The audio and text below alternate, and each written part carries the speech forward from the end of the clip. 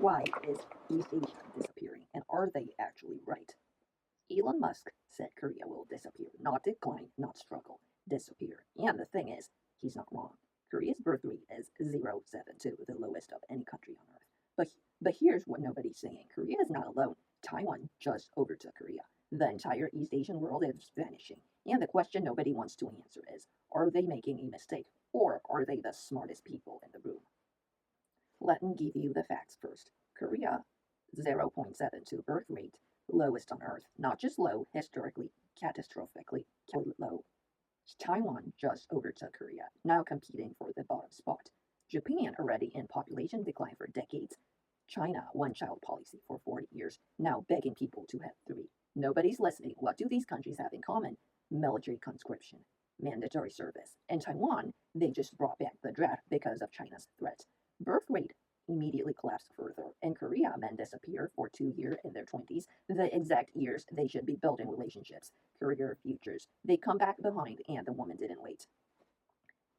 Elon Musk sees the data. The data is terrifying, but data doesn't tell you why, so let me tell you why. Part 2, why they're not having kids.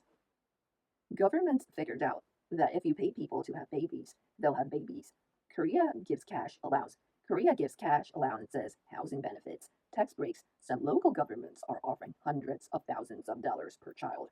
And it's working, sort of. Some people are having babies for the benefits, treating children like a financial investment. A government subsidy with a heartbeat. But here's what's also happening: mothers abandoning babies in boxes outside churches. That's called a baby box. And Korea has one because it needed one. Fathers who got a woman pregnant and disappeared before she even told her parents. Babies found in trash bags, children starved by parents who had them for the allowance and then forgot about them. I'm not saying this to be dark, I'm saying this because this is what happens when you force a society that doesn't want children to have children anyway. The government is paying people to have babies. Some of the people taking that money should never have any parents. So, given all that, why would a sane person voluntarily sign up for this? Part 3, the men's side. Let me be fair, Korean men are not having children either. This is not just a woman's issue. Men are opting out too. No job security, no housing. Military service took 2 years and left them behind their peers. They're competing for the same 3 jobs as 10,000 other guys. They can't afford a ring, let alone a house, let alone a child. And if they do have a child, in Korea, the expectation is still that the man provides everything: the apartment, the tuition, the future, on a salary that barely covers rent. The men who are opting out aren't irresponsible, they've done the math. The math doesn't work. Dating, sex, pregnancy, marriage, birth, childcare, the entire chain. Men are cutting it too, just more quietly than women. Part 4, the woman's side. Now, the women. Korean women are the most educated generation of women in Korean history. More women than men are graduating university now. They have careers, they have their own money, they have their own apartments, and they watch their mothers. Women who gave up careers, gave up bodies, gave up identities to raise children in a society that still expected them to do everything. Work full time, come home and cook, raise the children, look good doing it, never complain. And what did those mothers get?